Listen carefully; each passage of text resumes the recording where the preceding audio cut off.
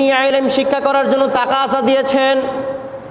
নবী আলাইহিস সালামের মাধ্যমে আমার আল্লাহ পাক রব্বুল আলামিন হাদিস শরীফের মধ্যে বলেছেন, তলাবুল ইলমি ফরিদাতুন আলা কুল্লি মুসলিমিন ওয়া মুসলিমাত। পড়েন সুবহানাল্লাহ।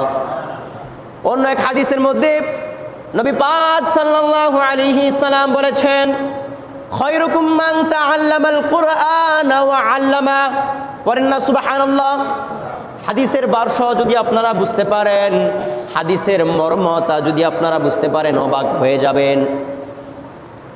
যে হাদিসে কারিমার মধ্যে আপনার সম্মান আছে, যে হাদিসে কারিমার মধ্যে হক্কানীদের সম্মান আছে, কিন্তু এরকমও ব্যক্তি আছে প্রধানমন্ত্রী প্রেসিডেন্ট হয়ে গিয়েছে, তাদের কোনো সম্মান নাই। হাদিসটা যদি খেয়াল করেন শুনতে পারবেন। আল্লাহ রাসূল সাল্লাল্লাহু আলাইহি ওয়াসাল্লাম ডাক দিয়ে বলেন, তলাবুল ইলমি ফরিদাতুন আলা কুল্লি মুসলিমিন ওয়া মুসলিমাত। রাওয়াহু তিরমিজি। পড়েন সুবহানাল্লাহ। দ্বীনি ইলম শিক্ষা করা প্রত্যেক নরনারী মুসলমান মুমিন মুত্তাকির জন্য ফরজ। শুধু ফরজই নয়, ফরজে আইন। সুবহানাল্লাহ। এখন আসুন, দ্বীনি ইলমের ভিতরে কি কি পড়ে জানার দরকার আছে না নাই?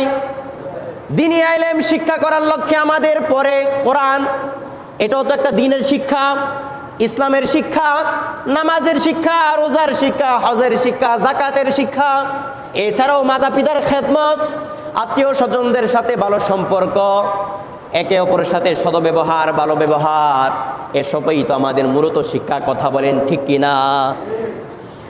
রাসূল সাল্লাল্লাহু আলাইহি ওয়াসাল্লাম আমাদেরকে সেটাই শিক্ষাদান করছেন।